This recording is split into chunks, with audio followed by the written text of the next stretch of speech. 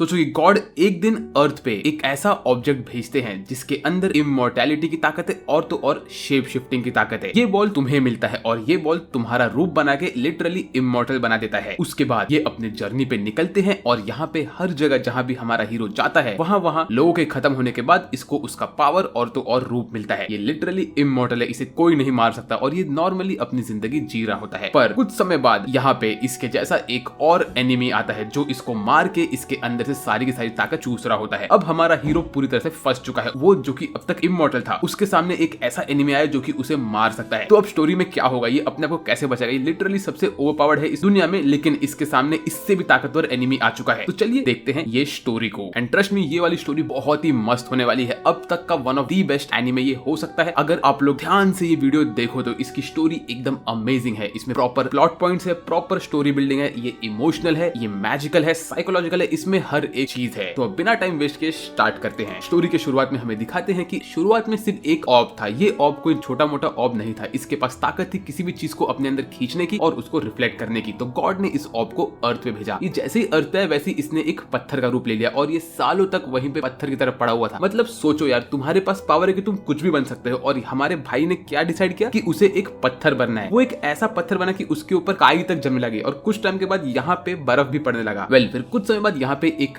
Doggy आता है जो कि असल में एक वुल्फ होता है। ये वुल्फ घायल होता है और ये चलते चलते इसी पत्थर के पास आके अपनी जान छोड़ देता है और नसीब से ये उस पत्थर के पास होता है तो वो पत्थर इस वुल्फ के बॉडी को टच करके उसका फॉर्म लेने लगता है और वैसे ही ये नया पत्थर अब वुल्फ में कन्वर्ट हो चुका है। अब इसके पास वो वुल्फ की यादें भी रहती है। ये धीरे धीरे चलना स्टार्ट करता है। पहली बार इसके पास ह्यूमन फॉर्म आया होता है, आई मीन एक एनिमल फॉर्म आया होता है। अब ये जैसे तैसे चल तो रहा है लेकिन इसके बॉडी पे भी सेम वैसी ही इंजरी होती है जिसको ये 10 सेकंड के अंदर ठीक कर लेता है और ये अपने जर्नी पे चल रहा होता है इसी बर्फीले इलाके में। ऐसे ही चलते चलते ये एक गांव के पास पहुंचता है जहाँ पे एक छोटे से लकड़ी के घर में अकेला एक इंसान रहता है जिसके बाल व्हाइट कलर के होते हैं। ये हमारे वुल्फ को मिलके बोलता है कि अरे मेरे डॉगी तुम आ गए, मैं तो बहुत खुश हूँ। उसके बाद ये डॉगी के सामने उसको अपना पूरा घर दिखाता है और डॉगी ये सब चीज देख के एकदम से शॉक होता है क्योंकि उसने ये सब चीजें पहली बार देखी होती है। तभी हमारा हीरो इसके लिए खाना बनाता है और हमारे डॉगी को मछली दे देता है खाने के लिए। तो पहले तो हमारा डॉगी ये सब नहीं खा पाता। उसके कुछ समय बाद हमारा हीरो रात को सो जाता है और डॉगी उसके बगल में सो जाता है। फिर हमें दिखाते हैं कि अगले दिन हमारा हीरो ऐसे ही इस बर्फीले इलाके में आगे बढ़ता है अपने लिए जगह ढूंढने के लिए और तो और अपने एडवेंचर पे चलता है। यहाँ पे वो बात करता है कैसे इस गांव के जितने भी लोग थे वो लोग एक एडवेंचर पे निकल गए और वो लोगों ने यहाँ पे आना बंद कर दिया और ये अकेला ही यहाँ पे बैठा हुआ है। ये जो जितने भी लोग थे इस गांव के उन लोगों ने एक पैराडाइज ढूंढ के रखा है, ऐसा कह के यहाँ पे बैठता है और तभी इसकी घंटी बजती है। ये भाग के जाता है, इसे लगता है कोई इसके घर में आया है। जैसे ये गेट खोलता है तो अंदर कोई नहीं होता। तभी इसे मालूम पड़ता है कि यह जो घंटी होती है ये असल में हवा से बजी है। आई मीन ब्रो, कोई तेरी घंटी बजाई और तेरे को पता भी नहीं चला। इसके बाद हमारे हीरो को एक बड़ी सी मछली मिलती है। उस मछली का ये मुंडी काट के हमारे डॉगी को तो देता है लेकिन डॉगी को पहले चीज पसंद नहीं आती क्योंकि उसने पहली बार ये देखी होती है। फिर ये उसको दिखाता है खाना कैसे है तो डॉगी जैसे तैसे करके इस मुंडी को काट के खाता है। फिर हमारा हीरो अपने गांव के सारे इंसानों का चेहरा एक दीवार पर बनाता है और बोलता है कि देखो ये मेरे अंकल है, ये मेरी आंटी है, ये मेरा भाई, मेरी बहन, ऐसे करके ये डॉग को सब कुछ बता रहा होता है और डॉग हर एक समझ के सीख रहा होता है। उसके बाद हमारा हीरो अपने जर्नी के लिए रेडी होता है। वो अपना सामान पैक करता है और बर्फ में चलते हुए जाता रहता है उसी डायरेक्शन में जहाँ पे इसके गांव के सब लोग गए होते हैं। ये डॉगी के साथ चल चल के जा रहा होता है। बहुत दिन बीतते हैं, रात बीतती है और ऐसे ये एक पत्थर के पास पहुंचता है जिसके ऊपर आगे बढ़ने का मैसेज होता है। ये देख के इसको खुशी मिलती है कि भाई अब तो हम लोग पहुंच जाएंगे। आई मीन पहली बात तो ये कि पूरे गांव में अकेला तू ही बचा है। ऐसा कैसे हो गया भाई? लिटरली गांव के बूढ़े, बच्चे, दादा दादी सब निकल गए लेकिन तुझे वो लोग छोड़ के गए। तू कितना हेटेड है भाई। तेरे गांव के लोगों ने तेरे बारे में थोड़ी भी परवाह नहीं की कि तुझे भी लेके जाएं। हमारा हीरो रात भर खाना वाना पका के ऐसे ही अपनी जर्नी पे चलता रहता है। बहुत से दिन निकलते हैं, उसका हाथ लिटरली लाल हो चुका होता है, उसकी नाक भी लाल हो गई होती है बर्फ की वजह से। लेकिन ऐसे भागते भागते वो पहुंचता है एक ऐसे पेड़ के पास जहाँ पे वो पूरी तरह से सूख चुका होता है। वो कहता है कि हम इसको यूज करेंगे आग जलाने के लिए। बट तभी इसका पैर एक पतले बर्फ के लेयर पे पड़ता है और ये पानी के अंदर गिर जाता है तो इसको थोड़ी ठंड लग जाती है। बट हमारा हीरो बोलता है चलो ये सब ठीक है, लेकिन जैसे ये खड़ा होकर देखता है तो असल में इसका पैर हल्का सा कट चुका होता है और ये घाव बहुत भारी भी होता है। फिर रात के टाइम पे ये अपने पैर को बांधता है, खून वून रोकता है और वापस से अपने टेंट में सो रहा होता है। सोते हुए अपने डॉगी से बात करता है, बोलता है तुम टेंशन मत लो, हम लोग खत्म नहीं होंगे, हमारे पास खाना भी बहुत सारा है। वीडियो में आगे बढ़ने से पहले मैं आपको आज एक नए एप्लीकेशन के बारे में बताने वाला हूं जहां पे आप क्रिकेट, फुटबॉल, टेनिस इन सब के लाइव मैच देख सकते हो और बहुत आसानी से पैसिव इनकम भी क्रिएट कर सकते हो। इन सब मैचेस पे गेम खेलने पे आपको आईफोन मिल सकता है, लैपटॉप मिल सकता है और ऐसे आप बहुत सारे कैश प्राइजेस भी जीत सकते हो।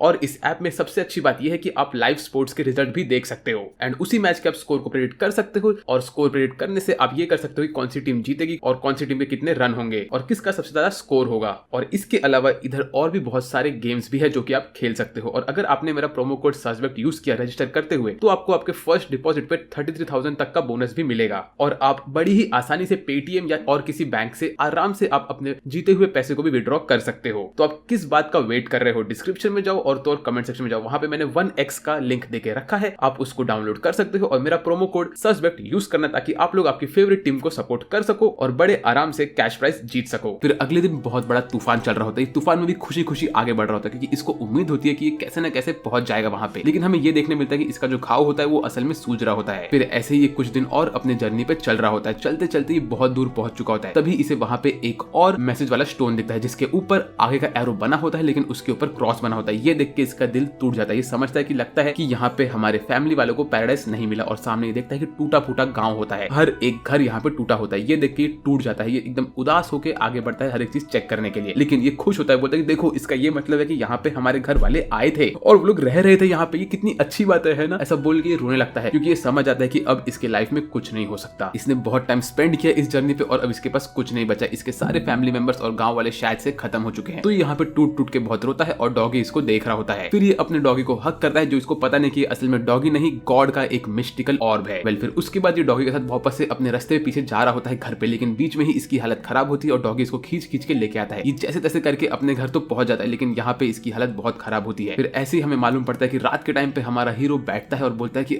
डॉगी मुझे बहुत ठीक नहीं फील हो रहा, लेकिन हाँ मुझे ताकत है मेरे अंदर, ऐसा बोल के खड़ा होता है लेकिन गिर जाता है। फिर ये मछली बनाता है और उसके बाद अपने डॉगी को देता है लेकिन इसका पैर वापस से सूज चुका होता है। फिर हमें दिखाते हैं कुछ समय बाद हमारे हीरो की हालत बहुत खराब होती है, इसको बहुत तेज बुखार आया होता है और ये समझना चाहता है कि इसका टाइम आ चुका है। उसके बाद जैसे तैसे खड़ा होता है, अपने कुर्सी पे बैठता है और बोलता है कि डॉगी तुम टेंशन मत लो, मुझे ये जगह बहुत पसंद है। ऐसा बोल के अपने ग्लव्स बाहर निकालता है और बोलता है कि मैं तुम्हें कुछ बोलना चाहता हूँ कि अगर मुझे कुछ हो गया तो तुम मुझे कभी भूलना मत, ठीक है। ऐसा बोल के ये बैठता है और बैठे बैठे अपनी जान छोड़ देता है और इसी के साथ हमारा जो डॉगी होता है वो हमारे हीरो को खत्म होते हुए देखता है। फिर वो इसको खींचने के बाहर लेके जाने की कोशिश करता है लेकिन ऐसा नहीं हो पाता और फिर डॉगी पता नहीं कैसे लेकिन हमारे हीरो का रूप ले लेता है और ऐसे ही हमारा हीरो अभी इमॉर्टल हो चुका है। हमारा हीरो यहाँ पे बैठा रहता है, देखता है कि जो हमारा असली हीरो की बॉडी थी उसको ये पीछे छोड़ के घर खोल के घर के बाहर निकलता है और तभी इसको याददाश्त आती है कि जब ये पहली बार हमारे हीरो से मिला था तब क्या क्या हुआ था। और तो और इसको हमारे हीरो का सपना भी दिखता है कि हमारा हीरो सोच रहा था कि वो जाएगा अपने गांव वालों से मिलेगा और उनके साथ आगे बढ़ के एक प्रॉपर सेटलमेंट में रहेगा, सबके साथ खुशी खुशी ये मिलेगा। ऐसा सपना हमारे डॉगी को दिखता है जो कि असल में एक और होता है और उसी के साथ साथ उसकी आंखों का कलर चेंज होता है पर्पल से ग्रीन में और उसने पहली बार एक ह्यूमन का फॉर्म लिया है। अब क्या होगा चलो देखते हैं। फिर जैसे तैसे करके हमारा हीरो यहाँ से आगे बढ़ता है। वेल अगर वीडियो मजा आ रहा है तो सब्सक्राइब कर लो यार, हम लोग 2 लाख सब्सक्राइबर्स के बहुत करीब पहुंच चुके हैं। और एक बात, मैंने डिस्क्रिप्शन में सोलो लेवलिंग एनिमे का एपिसोड नंबर 3 जो कि अब तक रिलीज नहीं हुआ है उसका वीडियो भी दे रखा है, आप उस वीडियो को देख सकते हो और तो और मेरे सीक्रेट चैनल को सब्सक्राइब भी कर सकते हो। मेरे सीक्रेट चैनल पे सोलो लेवलिंग के बहुत सारे वीडियोस आने वाले हैं और हाँ मैं सोलो लेवलिंग बहुत जल्दी कंप्लीट कर दूंगा, वहां पे पूरे 200 चैप्टर्स में कंप्लीट कर दूंगा उसके। तो अगर आपको सोलो लेवलिंग कंप्लीट करना है तो फटाक से मेरे सेकंड चैनल को सब्सक्राइब कर लो। अब बढ़ते हैं वीडियो की तरफ। फिर ऐसे ही हमें दिखाते हैं कि हमारा जो हीरो होता है जो इस वक्त ऑब होता है वो इसी रास्ते पर चल चल के जा रहा होता है और वो जाते जाते बहुत से दिन बिता चुका होता है। इस समय में ये 5 से 6 बार मर के वापस जिंदा हो चुका था क्योंकि ये लिटरली इमॉर्टल है। जब भी इसकी बॉडी किसी चीज से मरती है या खराब होती है तो इसकी बॉडी अपने आप को रिपेयर करती है, लेकिन अभी भी इसके पैर का चोट ठीक नहीं हुआ होता क्योंकि लास्ट टाइम जब इसने हमारे हीरो के बॉडी पे कन्वर्ट हुआ था तब उसके बॉडी पे ये चोट था। ऐसे ही करते करते ये एक बड़े से पहाड़ के पास पहुंचता है और वहां पहुंचने के बाद ये देखता है कि इसके नीचे एक खाई होती है, बट उसी वक्त इसके पीछे से एक बड़ा सा वुल्फ आता है जो कि इसको पकड़ के आधे में काट देता है और हमारा हीरो वापस से मर जाता है। तभी हमें अगली सीन में दिखाते हैं कि एक गांव में एक छोटी बच्ची बैठी होती है जो कि एक गुड़िया से खेल रही होती है। वहां पे वो गुड़िया को अपनी फैमिली समझ रही होती है और इसके आसपास बहुत सारे लोग होते हैं। तभी यहाँ पे एक लड़की आती है जो कि इसको एक क्रैब वाली गुड़िया देती है और बोलती है कि लो ये तुम्हारा नया बच्चा है। ये देख के छोटी बच्ची बहुत खुश होती है और वो ये बड़ी लड़की को अपने सारे के सारे लड्डू दे देती है जो कि मिट्टी के होते हैं। तभी इस बच्ची के मॉम और डैड यहाँ पे आते हैं और तब हमें ये मालूम पड़ता है कि इसका नाम होता है मार्च। फिर इसके बाद मार्च अपने पेरेंट्स के साथ बैठी होती है और वो अपने मॉम और डैड से बात करती है, बोलती है कि मॉम मैं बड़ी कब बनूंगी, मुझे बड़ी होकर मॉम बनना है। तो उसकी मॉम कहती है कि बेटा तुम्हें बड़े होने में अभी बहुत टाइम है, तब तक तुम यहाँ पे बच्ची बन के अपना टाइम पास करो और बच्चों के साथ खेलती रहो। वेल इसके बाद हमें दिखाते हैं कि जो ये बड़ी लड़की होती है वो यहाँ पे बैठ के धनुष बाण से अपने एम का प्रैक्टिस कर रही होती है, लेकिन इसका शॉट्स कभी भी लगता ही नहीं है, ये लिटरली एक स्टिल टारगेट को हिट नहीं कर पा रही है। इसके बाद हमें दिखाते हैं कि वो छोटी बच्ची ऐसे ही गांव में खेल रही होती है, तभी वहां पे एक सायरन बजता है। तो हमारी बड़ी लड़की यहाँ पे आती है और वो छोटी बच्ची को यहाँ से लेके जाती है दूर, लेकिन यहाँ पे कुछ गार्ड्स आते हैं और इसको पकड़ लेते हैं, बोलते हैं कि तुमने ये सायरन नहीं सुना क्या, चलो हमारे साथ अंदर। फिर हमें दिखाते हैं कि यहाँ पे असल में इनके एक लीडर के टेंट के अंदर सब लोग जमा रहते हैं और वहां पे ये लड़की के सामने एक बूढ़ी आंटी आती है और वो हर एक बच्ची को चेक करके बोलती है कि मुझे छोटी छोटी बच्चियों को चेक करना है और वो कहती है कि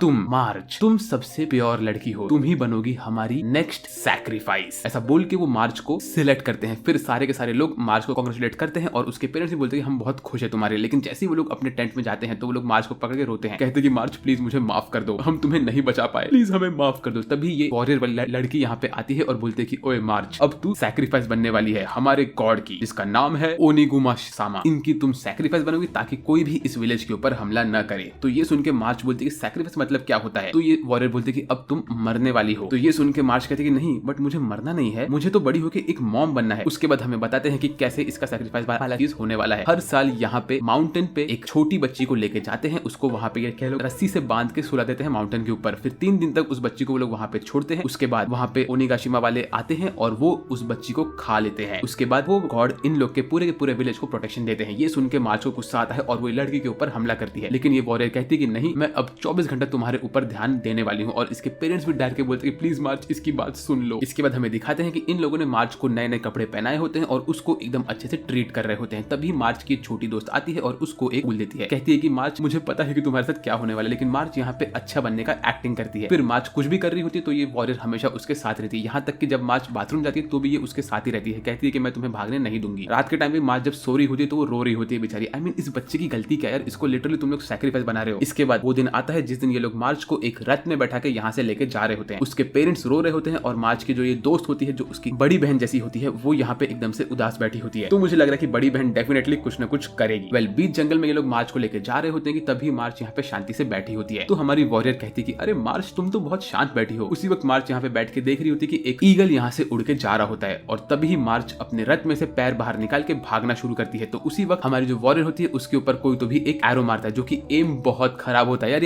ये एरो उसके टकले पे टच हुआ है और उसके बाद यहाँ पे एक इंसान आके हमारी वॉरियर को धक्का मारता है और मार्च यहाँ से भाग लेती है। मार्च यहाँ से भागते भागते स्लिप होकर नीचे गिर जाती है और वो गिरती है बहुत नीचे जंगल के एक पानी के तालाब के अंदर। यहाँ पे वो जैसे ही गिरती तो देखते कि इसको बहुत बुरी तरह से लग चुकी है। बट वो खड़ी होती है और नोटिस करती है कि उसके मुंह पे जो मिट्टी लगी होती है वो निकल रही होती है। तो वो अपना मुंह धोती है, बोलती है मुझे ये इंक नहीं चाहिए, मुझे सैक्रिफाइस नहीं बनना। उसके बाद वो चेक करती है कि उसके हाथ में एक आंख रहती है। जैसे वो आंख को खींचे तो वो आंख वापस से अपने अंदर रिट्रैक्ट होता है और ये आंख होता है हमारे हीरो का। हमारा हीरो यहाँ पे खड़ा होता है और वो लिटरली ज़ॉम्बी की तरह दिख रहा होता है, लेकिन वो अपने आप को रीजनरेट करता है और हमारे हीरो को रीजनरेट होता हुआ देख के ये सब जो सोल्जर्स होते हैं जिनका मुंह के जगह पे दाढ़ी बनी हुई है, वो लोग डर के मारे यहाँ से भागते हैं। भाई इस एनिमे की मुझे दाद देनी पड़ेगी। हमारे जो एनिमेटर थे उन लोगों को इन सब साइड कैरेक्टर का थोबड़ा बनाना नहीं था, तो उन लोगों ने क्या किया, इनके मुंह के ऊपर इतनी बड़ी बड़ी बाल और दाढ़ी चिपका दिया। बोला लो भाई टाइम बचेगा यहाँ पे। और हमारा हीरो जो यहाँ पे अपने आप को रीजनरेट करता है, भाई ये सीन बहुत मस्त होता है। इसकी बॉडी का एक एक फ्लैश वापस से आता है ऊपर और मार्च ये सब शांति से देख रही होती है। इसके बाद मार्च हमारे हीरो से बात करने की कोशिश करती है, लेकिन हमारा हीरो उसके बातों का जवाब नहीं देता है। मीनवाइल यहाँ पे इन लोगों ने बड़ी बहन को पकड़ लिया होता है और वो चेक करते तो बड़ी बहन की जो झोली होती है उसके अंदर नकली हड्डियां होती है। तो ये देख के वॉरियर बोलते कि अच्छा तो तुम एक नकली हड्डी रख के हमें ये दिखाने वाली थी कि मार्च पहले ही खत्म हो गई है ना, लेकिन तुम ऐसा नहीं कर सकते। यहाँ पे फिर ये दोनों दाढ़ी वाले लोग आते हैं और कहते हैं कि मैम हमसे गलती हो गई, मार्च भाग चुकी है और उसके साथ में एक मॉन्स्टर है। तो मॉन्स्टर सुनकर तो ये बंदी बोलती क्या तुम मजाक कर रहे हो यार। मीनवाइल यहाँ पे मार्च हमारे हीरो से बात करते करते जा रही होती है और हमारा हीरो उसके किसी बात का जवाब नहीं दे रहा होता है। तो मार्च बोलती अरे तुम मुझसे बात तो करो यार, तुम मुझसे बात ही नहीं कर रहे हो। फिर वो कहती कि अगर तुम मुझे तुम्हारा नाम नहीं बताओगे तो मैं तुम्हें तुम्हारा नाम दूंगी। तो हमारी मार्च हमारे हीरो को नाम देती है फुशी, और फुशी का मतलब जापानीज में होता है इमॉर्टल। उसके बाद मार्च देखती कि हमारा हीरो यहाँ पे खड़ा होता है और एक फ्रूट को देख रहा होता है। तो मार्च कहती है अच्छा तुम्हें भूख लगी, रुको। ऐसा बोल के मार्च ये पेड़ के ऊपर चढ़ती है और फ्रूट लाके हमारे हीरो को देती है। तो हमारा हीरो लिटरली फ्रूट को एक डॉगी की तरह खा रहा होता है, जो देख के मार्च टेंशन में आती है। कहती है क्या तुम्हारे पेरेंट्स ने तुम्हें कभी खाना खाना नहीं सिखाया। असल में मार्च को पता ही नहीं कि हमारा जो हीरो था वो कुछ समय पहले तक एक डॉग था। तो मार्च यहाँ पे 2-3 फ्रूट और लाती है और हमारा हीरो ये सारे के सारे फ्रूट डॉगी की तरह खा रहा होता है। मार्च को ये सब देख के बहुत गुस्सा आता है और वो रोने लगती है, बोलती है प्लीज तुम अच्छे से खाओ ना। फिर मार्च गुस्से में ऊपर पेड़ पे चढ़ती है और एक एक फ्रूट तोड़ के नीचे फेंक के हमारे हीरो को मार रही होती है। हमारा हीरो इन सबको खा रहा होता है और मार्च को ये सब देख के बहुत मजा आ रहा होता है। इसके बाद हमारे हीरो को एक और नया ह्यूमन स्टिमुलस मिला होता है। ये इंडिकेट करता है जब उसके आंखों का कलर चेंज होता है येलो से पर्पल में। फिर मार्च कहती है अच्छा तो तुम्हें भूख लगी थी, लो तुम आराम से खाओ। ऐसा बोल के मार्च उसे आराम से खिलाती है। फिर कहती है कि अगर कोई भी तुम्हें खाना दे तो तुम्हें उसको बोलना चाहिए थैंक यू सो मच। ऐसा बोल के वो हमारे हीरो के मुंह को शेक कर दिया और उसको बोलना सिखा रही होती है। तो लिटरली मार्च इस सीन में हमारे हीरो की मॉम बन गई है, जो उसका सपना था बचपन से। वेल इसके बाद हमारा हीरो जाता है चल के और एक पेड़ के पास सो जाता है। तो मार्च भी उसके बगल में बैठती है और उसके मुंह के साथ मस्ती करती है, लेकिन वो कुछ जवाब नहीं देता। तो मार्च भी उसके साथ सो जाती है यहाँ पे। फिर वो सपना देखती है कैसे वो अपने घर वापस से पहुंच गई, उसके मॉम डैड को हाय बोलती है और उसके मॉम डैड कहते हैं कि मार्च बेटी तुम भाग गई इसीलिए तुम्हारी बहन और तो और इस गांव की हर एक छोटी बच्ची को ओनिगाशिमा ने खा लिया है। ये सब तुम्हारे वजह से हुआ मार्च, इसमें तुम्हारी गलती है। ये सुन के मार्च को बहुत रोना आता है। ये छोटी सी 4 साल की बच्ची यार, तुम लोग इसको ट्रॉमेटाइज क्यों कर रहे हो। इस वजह से मार्च अपने नींद से उठ जाती है और वो एकदम से टेंशन में होकर रो रही होती है। ये सीन देख के मुझे बहुत बुरा लग रहा था। फिर हमारा हीरो उठता है और वो देखता है कि उसके आसपास पास मार्च नहीं होती। तो वो चल चल के जाता है और मार्च का पीछा कर रहा होता है। मार्च उसको फ्रूट देती है और बोलती है कि अब तुम मुझसे दूर जाओ, लेकिन हमारा हीरो मार्च के पीछे चल रहा होता है। तो मार्च कहती है ठीक है, तुम्हें अगर तुम्हारी मॉम की जरूरत है तो मैं तुम्हारी मॉम बनूंगी। ऐसा कह के मार्च हमारे हीरो को आगे लेके जाती है। इसके बाद मार्च हमारे हीरो को सिखाती है कि उसे खाना कैसे मांगना चाहिए। वो उसके हाथ में एक फ्रूट रखती है और बोलती है कि इसे तुम खा लो, लेकिन हमारा हीरो इसको वापस से जमीन पे फेंकता है और अपने मुंह से खाना स्टार्ट करता है। फिर वो कहती है कि मैं तुम्हें बुलाऊंगी फूजी-चान, जिसका मतलब होता है इमॉर्टल।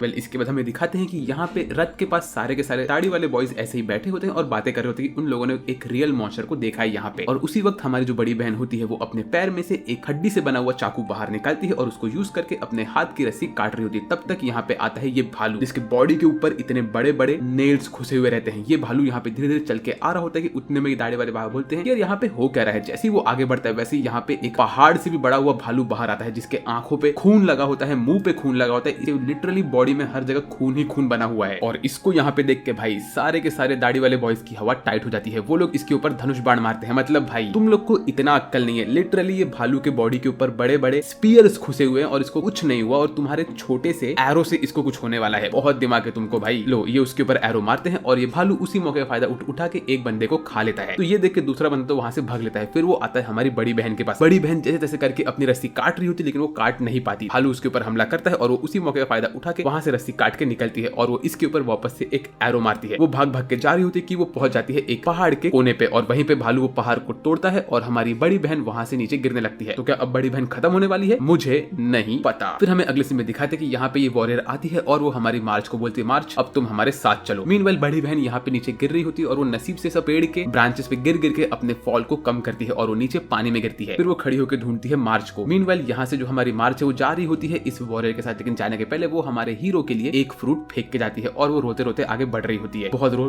रही होती है मार्च, और मार्च को रोता हुआ देख के मुझे बहुत बुरा लग रहा था, क्योंकि बेचारी जानती है कि उसके साथ क्या होने वाला है। उसके बाद हमें दिखाते हैं कि यहाँ पे हमारी वॉरियर उसको लेके जा चुकी होती है और बड़ी बहन उसको ढूंढ रही होती है जंगल के अंदर। वो भाग भाग के जाती है तो उसको मिलता है हमारा फूशी। वो फूशी के पास आती है और कहती है फूशी क्या तुमने एक छोटी लड़की को यहाँ पे देखा है? तो हमारा हीरो कुछ नहीं बोलता, क्योंकि इसे बोलना ही नहीं आता है। ये यहाँ से नॉर्मली चल के आगे बढ़ रहा होता है। इसके बाद हमें दिखाते हैं कि यहाँ पे ये वॉरियर हमारी मार्च को एक ब्लैक कलर का जेली का क्यूब देती है। कहती है कि तुम्हें ये खाना पड़ेगा तो ही तुम रिचुअल में बैठ सकती हो। तो बेचारी मार्च ये क्यूब को खाते हुए कहती है कि इसका टेस्ट बहुत बेकार है, और मुझे 100% पता है कि क्यूब जैसी वो खाएगी वैसी बेहोश हो जाएगी। जैसे तैसे हमारी छोटी बच्ची ये क्यूब खाती है और तभी यहाँ पे दाढ़ी वाले बाबा आके कहते हैं कि इन लोगों ने एक मॉन्स्टर को देखा है यहाँ पे, जो लिटरली अपने फटे हुए बॉडी को वापस से जोड़ सकता था। तब तक यहाँ पे एक दूसरे दाढ़ी वाले बाबा बोलते हैं कि इन लोग के ऊपर हमला हुआ है एक बड़े से बेर का। तो ये सुन के हमारी वॉरियर कहती है कि अरे एक बड़ा सा बेर, क्या ये ओनिगाशिमा है? तब तक हमारी मार्च ने पूरा पूरा क्यूब खा लिया होता है और वो बेहोश गिर गई होती है। मीनवाइल यहाँ पे ये हमारी वॉरियर मार्च को लेकर जा रही होती है अपने गोद में बैठा के, और वो उसके बॉडी पे इंक लगा रही होती है ताकि वो उसको प्रिपेयर कर सके उसके रिचुअल के लिए। उसने यहाँ पे मार्च को इस ऑल्टर पे रखा होता है और यहाँ पे ऑल्टर साफ करते हैं, उसके ऊपर फूल लगाते हैं और मार्च को इससे बांध के सुला देते हैं उसको सैक्रिफाइस करने के लिए। यहाँ पे मार्च अपने पुराने समय के बारे में सोच रही होती है और कहती है कि जो भी हो रहा है शायद मेरे अच्छे के लिए हो रहा है। इसके बाद ये सब लोग यहाँ से निकलने लगते हैं वॉरियर के साथ, लेकिन जैसे ही लोग निकल रहे होते हैं वैसे ये लोग उस मॉन्स्टर के बारे में बात कर रहे होते हैं। तब तक इनके सामने इनको दिखता है कि पूरा पूरा जंगल टूट रहा होता है और उसके अंदर से बेर बाहर आता है, और ये लोग कहते हैं कि अरे बाप रे, हमने ओनिगाशिमा को देख लिया, यही तो है द रियल गॉड। ऐसा बोल के हमारी वॉरियर एकदम से टेंशन में होती है, लेकिन तब तक बड़ी बहन यहाँ पे आती है और वो मार्च को छुड़ाने लगती है। तभी वॉरियर कहती है कि छोड़ो इन लोग को, यहाँ पे ओनिगाशिमा इन दोनों को खा लेंगे और हमें 2 साल की प्रोटेक्शन मिलेगी। हमारी बड़ी बहन यहाँ पे जैसे तैसे करके इसको खोल रही होती है और ओनिगाशिमा यहाँ पे गुस्से में आ रहा होता है। तो बड़ी बहन कोशिश करती है कि वो मार्च का हाथ ही काट दे। आई मीन वो रस्सी काट रही होती है और ओनिगाशिमा यहाँ पे गुस्से में चल चल के आ रहा होता है। वो कोशिश कर रही होती है कि मार्च को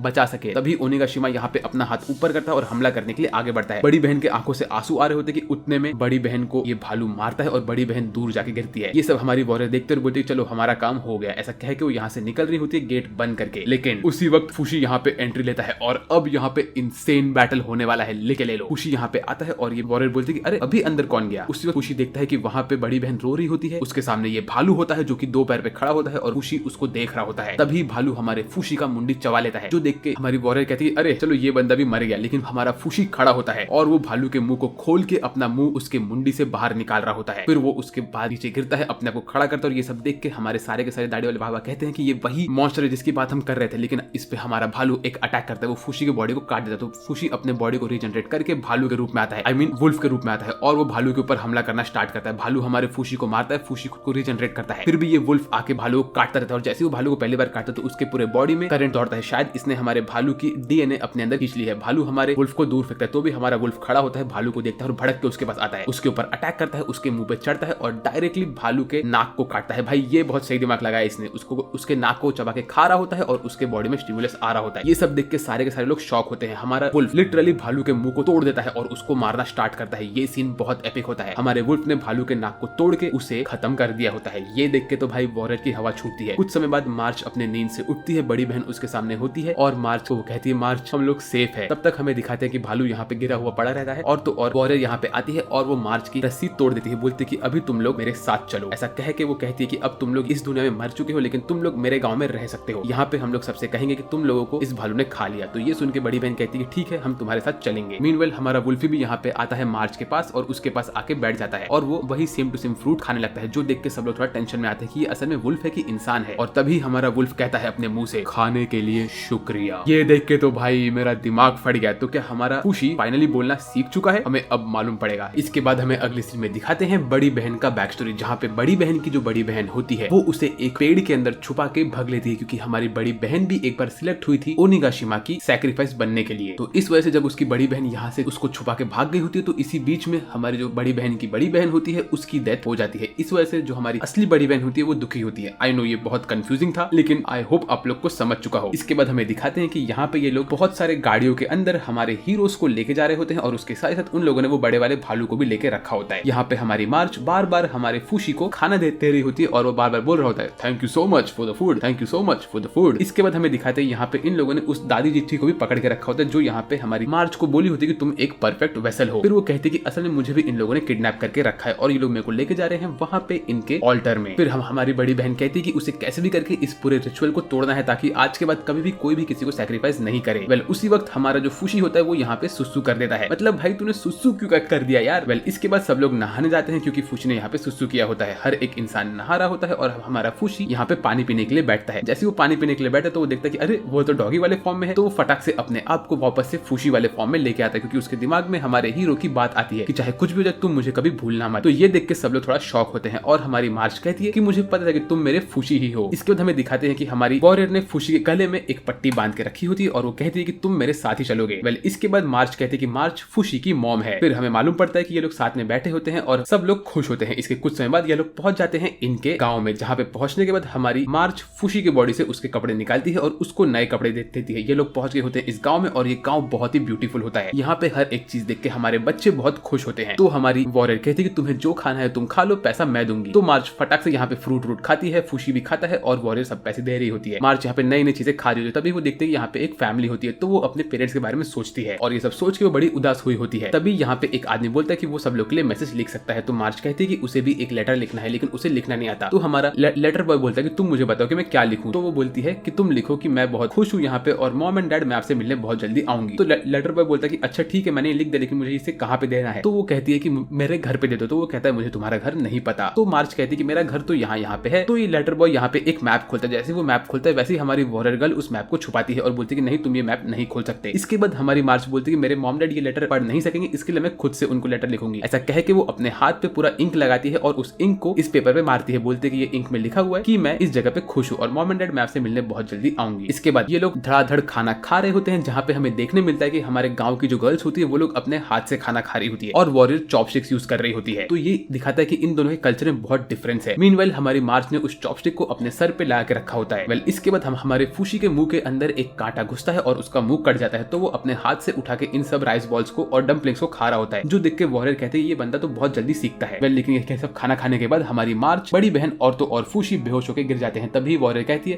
फाइनली इन लोगों को मैंने रोक दिया। इसके बाद हमें दिखाते हैं कि इन सबको इन लोगों ने बंदी बना के सेल के अंदर बंद किया होता है, जहाँ पे इन लोग के ऊपर एक्सपेरिमेंट हो रहा होता है। यहाँ तक कि हमारे फूशी के ऊपर लोग हमला कर रहे होते हैं और चेक कर रहे होते हैं कि वो इमॉर्टल है कि नहीं। तभी फूशी के ऊपर घाव ठीक होता है और वो अपने हाथ से एक स्पीयर बना के इस बंदे को भोग देता है और वो कहता है कि बहुत दर्द हो रहा है, बहुत दर्द हो रहा है, बहुत दर्द हो रहा है, बहुत दर्द हो रहा है। ये वर्ड उसने सीखा होता है उसी बंदे से जिसको उसने स्पाइक से भोगा होता है। उसके बाद यहाँ पे आती है दादी जी यहाँ पे आके हमारे फूशी को वापस से स्पाइक से भोग रही होती है, लेकिन फूशी उसके अटैक को बिल्कुल भी महसूस नहीं करता। उसका फूशी कन्वर्ट करता है अपने आप को वुल्फ में और उनको मार के वहां से भाग रहा होता है। बट तभी हमारी वॉरियर उसको एक धनुष बाण से मार के बेहोश कर देती है। मीनवाइल यहाँ पे मार्च सो रही होती है और हमारी वॉरियर फूशी को यहाँ पे धनुष बाण के साथ फेंकती है और बोलती है ओए लड़की इसका ध्यान दे। तो ये सब देख के हमारी मार्च को रोना आता है, कहती है कि तुम लोग मेरे फूशी के साथ ऐसा क्यों कर रहे हो। फिर तभी हमें ये मालूम पड़ता है कि जो हमारी बड़ी बहन होती है उसको इन लोगों ने मार्च के एक फ्लोर ऊपर बंद करके रखा होता है और मार्च उसको अपना वो बाण देती है एक रस्सी से बांध के और हमारी बड़ी बहन इस बाण को अपने पास रखती है। मीनवाइल मार्च देखते हैं यहाँ पे ये लोग उस भालू को भी लेके जा रहे होते हैं और तभी उनमें से एक बंदा कहता है कि ओए फच्ची तू यहाँ पे जिंदगी भर रहने वाली है। इसके बाद हमें दिखाते हैं कि हमारा जो फूशी होता है वो यहाँ पे जमीन खोद के वो भालू के पास पहुंच जाता है और वो भालू के पास पहुंचने के बाद उसको भौंकने लगता है। तभी हमारी मार्च उस भालू के बॉडी में से सारे के सारे स्पीयर बाहर निकाल रही होती है जो कि असल में बड़े बड़े बाण होते हैं। और ये सब देख के हमारी वॉरियर जब यहाँ पे पहुंचती तो वो बोलती है अरे ये वो छोटी बच्ची यहाँ पे क्या कर रही है। ऐसा बोल के वो मार्च को उठाती है और इतने में फूशी यहाँ पे आता है। इसके बाद ये इन दोनों को वापस से जेल में बंद करती है और हमारी मार्च यहाँ पे खुशी खुशी लेटी होती है। तभी जो हमारी बड़ी बहन होती है वो अपना प्लान बना रही होती है। वो उसका प्लान ये होता है कि हमारी जो बूढ़ी औरत है वो एक्टिंग करेगी वो मर रही है तो लोग आएंगे उसका हेल्प करने के लिए। उतने में बड़ी बहन उस दाढ़ी वाले बंदे को फटका मारेगी, उसको बांधेगी, फिर ये लोग यहाँ से हमारी मार्च को लेकर निकल लेंगे। और निकलने के पहले बड़ी बहन यहाँ पे जाके वो भालू का मुंडी काट के लेके जाएगी और उसको अपने गाँव में दिखाएगी कि उनको लोग भालू का आंख लेके आए हैं और भालू मर चुका है। तो इसका ये मतलब है कि इन लोग को रिचुअल फॉलो नहीं करना। ये हमारी बड़ी बहन का प्लान होता है। फिर इसके बाद बड़ी बहन अपने प्लान को एग्जीक्यूट करने के लिए काम पे लग जाती है। मीनवाइल हमारी मार्च इस भालू के सारे चीजों को निकाल रही होती है, उसके बाल काट के हमारी बड़ी बहन को दे रही होती है और बड़ी बहन अपने प्लान को एग्जीक्यूट कर रही होती है। ऐसी हमारी मार्च ने इस भालू के सारे बाण को निकाल दिया होता है और उसके मुंह को भी धो रही होती है और उसके बॉडी पे मलहम लगा रही होती है। लेकिन बहन को पता नहीं है कि ये मर चुका है। फिर ऐसे ही वो दिन आता है जिस दिन बड़ी बहन यहाँ से अपना एस्केप लेती है। वो दीवार को चिपक के निकल रही होती है और मार्च के पास जा रही होती है। लेकिन इतने में उसकी रस्सी टूटती है और वो नीचे गिर जाती है। लेकिन जैसे वो नीचे गिरती है वैसे ही यहाँ पे एक दाढ़ी वाले बाबा आते हैं और बोलते हैं ओए लड़की तू तो बहुत खूबसूरत है, अगर तू मुझे अपने को किस करने देगी तो मैं तुझे छोड़ दूंगा। लेकिन बड़ी बहन इस बंदे को मारती है और उसको मार के उसके कपड़े लेके वो निकल लेती है। फिर वो जाती है हमारी मार्च के पास, मार्च को जेल से बाहर निकालती है और वो कहती है कि मार्च अब हम लोग यहाँ से निकल जाएंगे। तो क्या अब हमारे हीरोज यहाँ से निकल सकते हैं? मुझे नहीं पता।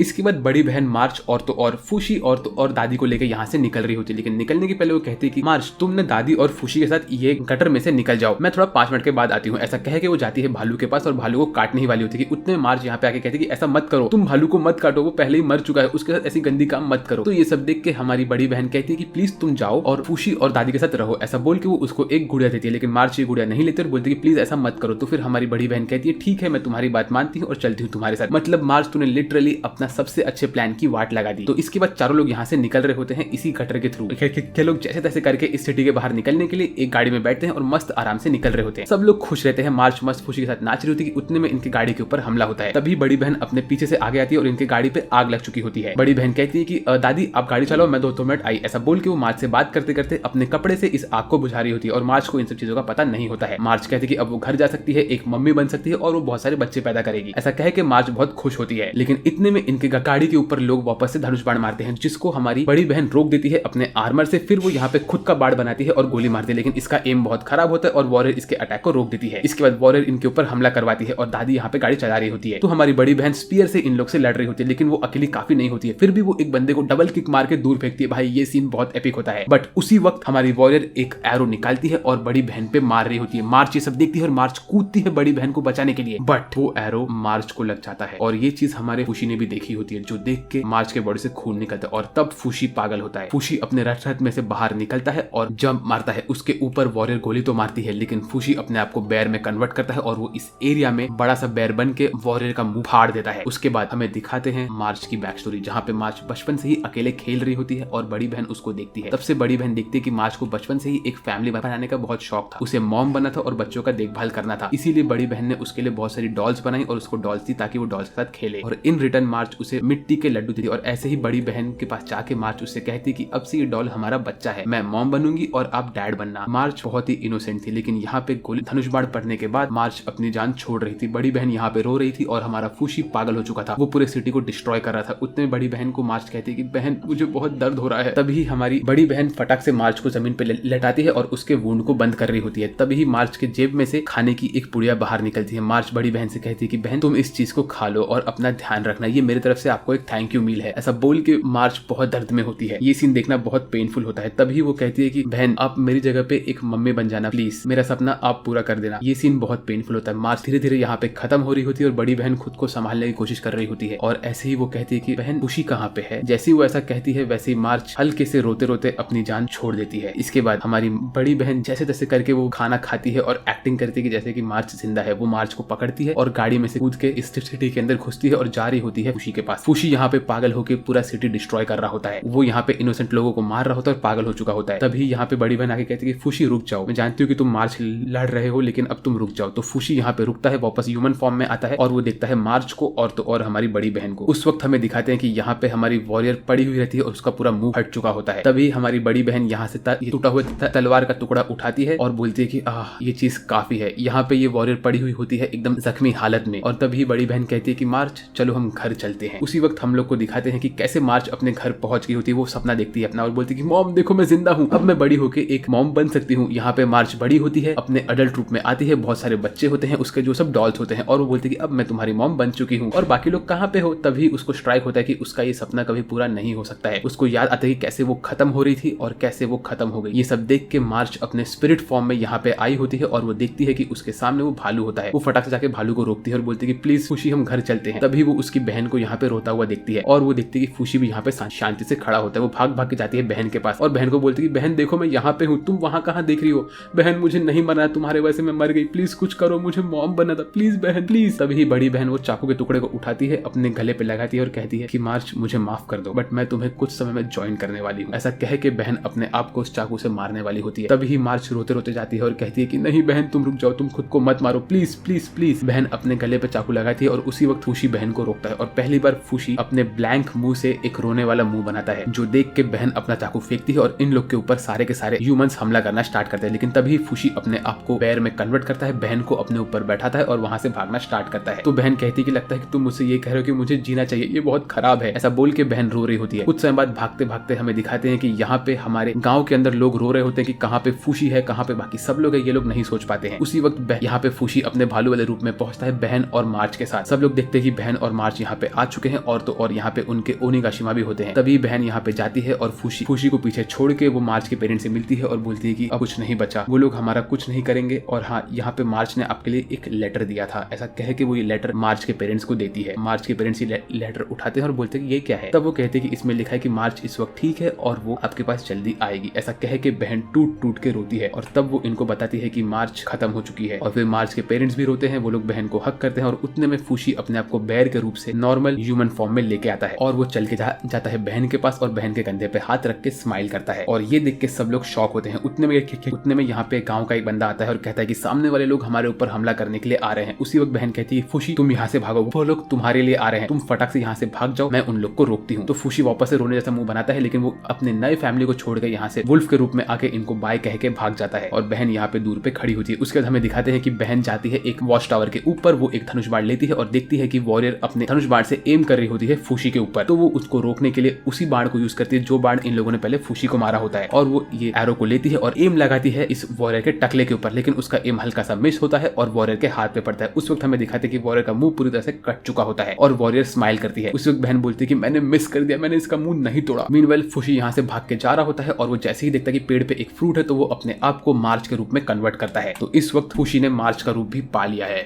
इसके बाद हमें अगले सीन में दिखाता है कि हमारा फूशी उसी वुल्फ वाले फॉर्म में चल के जा रहा होता है और वो पानी पीने के लिए अपने आप को फूशी के फॉर्म में लेके आता है और फिर जब उसे फ्रूट चाहिए होता है तो वो अपने आप को छोटी बच्ची मार्च के फॉर्म में लेके आता है और वो ऐसे ही फ्रूट खा रहा होता है कि तभी उसको स्मेल आता है दादी माँ का। वो देखता है कि उसके सामने दादी माँ ऐसे ही आग जला के बैठी हुई होती है। तो वो अपने मार्च वाले फॉर्म में जाता है दादी माँ से मिलने के लिए। दादी माँ उससे मिलकर कहती है कि तुम अब तक जिंदा हो, मुझे लगा कि तुम खत्म हो गई, तुम्हें पता है कि मैं कितने टाइम से यहाँ अकेली रह रही थी, मैं कितनी खुश हूँ कि तुम जिंदा हो। लेकिन हमारा फूशी कुछ जवाब नहीं देता है। तभी दादी माँ देखते कि ये कुछ जवाब क्यों नहीं दे रहा है। तभी वो पूछती कि अरे वो फूशी कहाँ पे गया। तो उसी वक्त हमें दिखाते हैं कि मार्च के जो फॉर्म में हमारा फूशी होता है वो जाता है ऊपर कैरेज में, चढ़ के देखता है वहाँ पे मार्च का ब्लड पड़ा हुआ रहता है पहले वाला और वो अपने आप को फूशी के फॉर्म में लेके आता है। तो ये देख के दादी कहती है कि अरे तो तुम फूशी हो क्या। ये बात बताती है कि तुम इतना शांत क्यों थे। उसके बाद फूशी वहाँ से निकलता है और दादी उसका पीछा करती रहती है। ऐसे ही ये लोग चलते रहते हैं और आगे आगे बढ़ते रहते हैं। तभी दादी उसको बोलती है तुम मुझसे कभी बात भी कर ले करो यार, तुम इतना शांत क्यों रहते हो। लेकिन हमारा फूशी को तो बोलना ही नहीं आता। इसके बाद दादी को हल्का हल्का हेलुसिनेशन होता है। वो देखती है कि फूशी का पैर उसको बहुत टेस्टी मीट के जैसे दिखता है। तो फटाक से जाती है और फूशी के पैर को काटना स्टार्ट करती है। तो फूशी अपने आप को डॉग के फॉर्म में लेके आता है और दूर होता है। तभी दादी कहती है कि तुम तो इमॉर्टल हो, तुम एक नया पैर तो बना ही सकते हो, तो मुझे खाने दो तो ना। लेकिन उसी वक्त फूशी अपने आप को छोटी बच्ची के फॉर्म में लेके आता है और पेड़ पे चढ़ के ये फ्रूट खा रहा होता है। फिर खाने के बाद वो छिलका फेंकता है नीचे। तो दादी बचा खुचा ये खा रही होती है और बोलती है प्लीज थोड़ा और दो मुझे। तो फिर गुस्से में हमारा फूशी खुद फ्रूट खाता है और थोड़े बहुत फ्रूट नीचे फेंक के दादी को मारता है। तो दादी खुशी खुशी वो सब फ्रूट खाती है और यहाँ पे फूशी गुस्से में रहता है। लेकिन जब वो देखता है कि दादी रो रही है और फ्रूट खा रही है तो वो नीचे आता है और प्यार से दादी को फ्रूट देता है और बोलता है कि बोलो thank you so much for the food. तो दादी फूशी का टकला पकड़ के रगड़ती है और बोलती थैंक यू मेरी प्यारी बेटी। फिर इसके बाद हमें दिखाते हैं कि फूशी वापस से वुल्फ का फॉर्म लेता है और दादी के साथ एक मैप के पास पहुंचता है। वहां पे दादी अपना नया मैप बना रही होती है और फूशी ये सब देख रहा होता है। उसके बाद फूशी देखता है कि दादी कैसे एक पेन को यूज कर रही होती है। तो वो खुद दादी के हाथ से पेन लेता है और खुद उसके ऊपर स्क्रैच करना स्टार्ट कर। तो दादी बोलती है कि अच्छा तो तुम लिखना चाहते हो? तो दादी बोलती रुको मैं तुम्हें लिखना सिखाती हूँ। और ऐसे ही दादी उसे एक एक वर्ड लिखना सिखाती है। हमारा फूशी बहुत ट्राई करता है लेकिन वो अच्छे से लिख नहीं पाता। दादी उसको सिखाती है कि उसको मार्च कैसे लिखना है, फूशी कैसे लिखना है और क्या क्या कैसे लिखना है। ये सब चीज फूशी बहुत ट्राई कर रहा होता है। ऐसी दादी उसको धीरे धीरे बात करना सिखाती है। बोलती है कि देखो वो सन है, वो फ्लावर्स है, ये बर्ड है, ये चिड़िया है, ये पानी है और तुम्हें इसे हाथ से पीना चाहिए, इसको बोलते हैं नदी। ऐसे ही दादी उसको हर एक चीज सिखाती है और रात में उसको मछली खिलाना सिखाती है। तभी दादी उसको बोलती है कि हमेशा खाना खाने के बाद तुम्हें ऐसे नहीं बोलना है कि thank you for the food, तुम्हें कहना है यम, ये बहुत टेस्टी है। और ऐसे ही दादी और फूशी आराम से रह रहे होते हैं। फिर रात के टाइम पे ये लोग सो रहे होते हैं, सुबह के टाइम पे ये लोग अपने रास्ते पे चलते हैं और ऐसे ये लोग करते करते एक गांव के पास पहुंचते हैं जहाँ पे बहुत सारा फ्रूट और तो और मछली होती है। फिर उसके बाद ये लोग एक नाव में बैठ के चल के जाते हैं। तभी दादी हमारे फूशी से बात करती है, बोलती है कि तुम मुझे तुम्हारे बारे में बताओ। तो फूशी कहता है कि वो पहले एक वुल्फ था, वुल्फ बन के वो बर्फीले इलाके से चल के गया और वहाँ पे वो एक लड़के से मिला जिसका बॉडी उसने इस वक्त पहन के रखा है। वो लड़के का इसको सिर्फ स्मेल पता है लेकिन नाम नहीं पता। और बस ऐसे ही उसकी कहानी पहले की खत्म हो गई। फिर ऐसे ये लोग नाव में बैठ के एक नए आइलैंड के पास पहुंचते हैं जहाँ पे पहुंचने के बाद ये लोग आराम से जंगल में बैठ के सो रहे होते हैं रात के टाइम पे। लेकिन उसी वक्त इस एनिमे के विलन की एंट्री होती है। यहाँ पे अचानक से एक पेड़ उगता है 1 सेकंड के अंदर और ये पेड़ आराम से आगे बढ़ के हमारे फूशी को पकड़ के उसको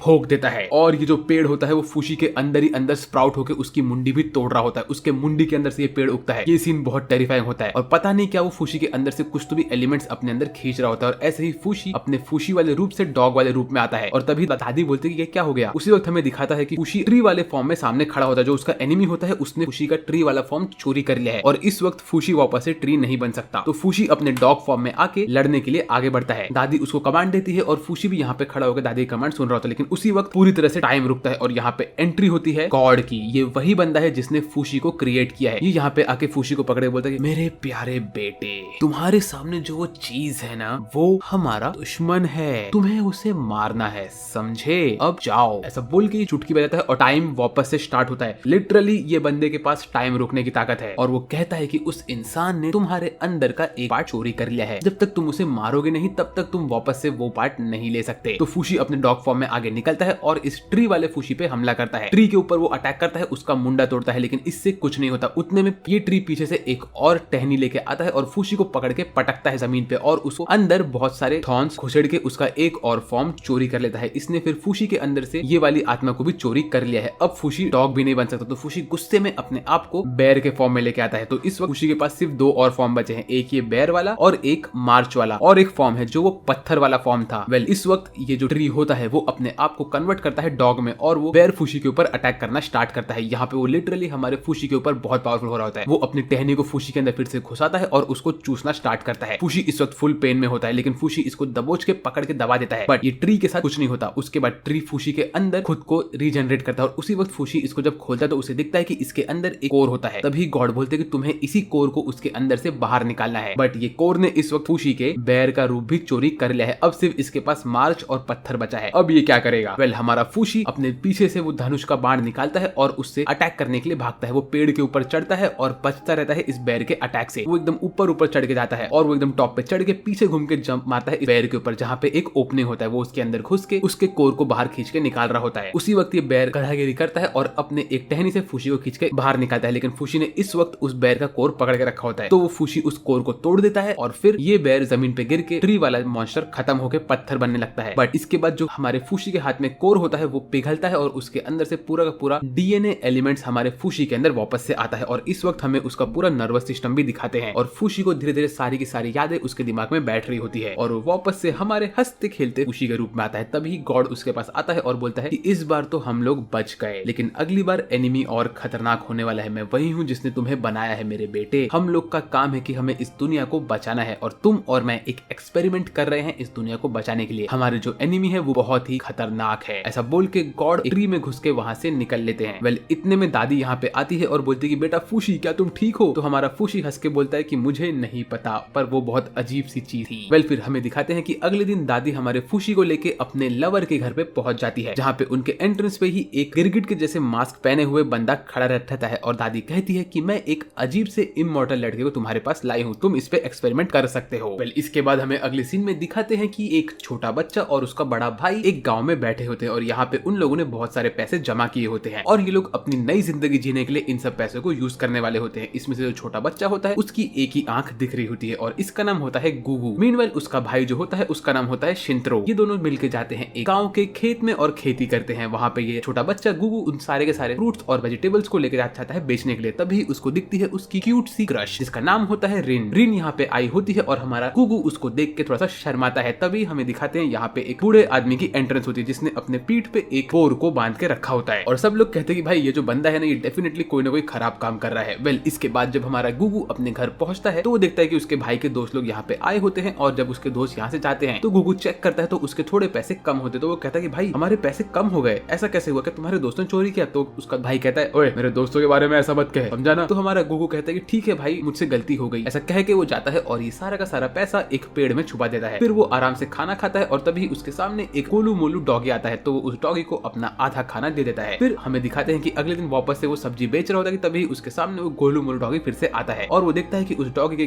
गले में एक पट्टा होता है। वेल उसी वक्त यहाँ पे आती है उसकी क्रश रीन। रीन यहाँ पे आती है और वो उस डॉगी को ढूंढ रही होती है। तभी हमें ये मालूम पड़ता है कि गोलू मोलू डॉगी असल में रीन का होता है। तो हमारे गुगू ने जब ये डॉगी उसको दिया होता है तो उसको गिफ्ट में रीन अपनी अंगूठी देती है और कहती है कि तुम अगर इस अंगूठी को बेच दोगे तो तुम्हें जिंदगी में कभी भी वापस से सब्जी बेचने की जरूरत नहीं पड़ेगी। ये सुन के हमारा गुगू बहुत खुश होता है। वेल इसके बाद जब गुगू अपने घर पहुंचता है खुशी खुशी तो वो देखता है कि उसका भाई वहाँ पे नहीं होता है और वहाँ पे एक चिट्ठी होती है। चिट्ठी में लिखा होता है कि गुगू मैं तुम्हारा बड़ा भाई, इसीलिए मैं सारे के सारे पैसे लेके जा रहा हूँ एक अच्छी जिंदगी जीने के लिए, मेरा वेट मत करना। ये देख के मुझे बहुत बुरा लगा। बेचारा छोटा लड़का मेहनत कर रहा है, सब्जी बेच रहा है और उसका बड़ा भाई सिर्फ घर में सोता रहता है और उसने सारा पैसा चोरी करके निकल गया। फिर बेचारा गुगू नॉर्मली उदास होकर खेती करता है, सब्जी बेचता है और ऐसे ही अपना टाइम उदासियत में काट रहा होता है। और एक दिन वो ऐसे ही नदी के पास बैठा होता है कि वो देखता है कि उसके हाथ में वो अंगूठी होता है। वो सोचता है कि उसे ये अंगूठी बेच देना चाहिए, लेकिन तभी वो देखता है कि उसके सामने से एक गाड़ी आ रही होती है जिसके ऊपर बहुत सारे लकड़े लगे होते हैं। तभी वो बोलते हैं काश इसमें से एक लकड़ा गिर के मुझे मार दे। उसी वक्त इसमें से एक लकड़ा गिरता है और हमारे गुगू के टकले के ऊपर से नीचे गिरता है। ये देख के गुगू को बहुत शौक लगता है। वो बोलते हैं अच्छा हुआ कि मैं मरा नहीं लेकिन बच गया हूँ मैं। लेकिन ये लकड़ी असल में एक पेड़ के टुकड़े की वजह से अटक गया होता है। तो ये आदमी बोलता है कि तुम यहाँ पे मेरा वेट करो, मैं थोड़ा टाइम में आके इस लकड़ी को हेल्प से निकाल दूंगा। हमारा गुगू यहाँ पे बैठा होता है। तभी वो जो पेड़ का टुकड़ा होता है वो टूटता है और ये लकड़ी नीचे गिरने लगती है। तभी वो देखता है कि जो नीचे लड़की खड़ी होती है वो कोई और नहीं क्रश रीन होती है। तो हमारा गुगू भाग भाग के जाता है रीन को बचाने के लिए, बट ये लकड़ी इतना तेज आती है कि ये उड़ के लगने वाली होती है। तभी गुगू जंप मारता है और रीन को धक्का मार के दूर कर देता है। इस वजह से रीन तो बच जाती है लेकिन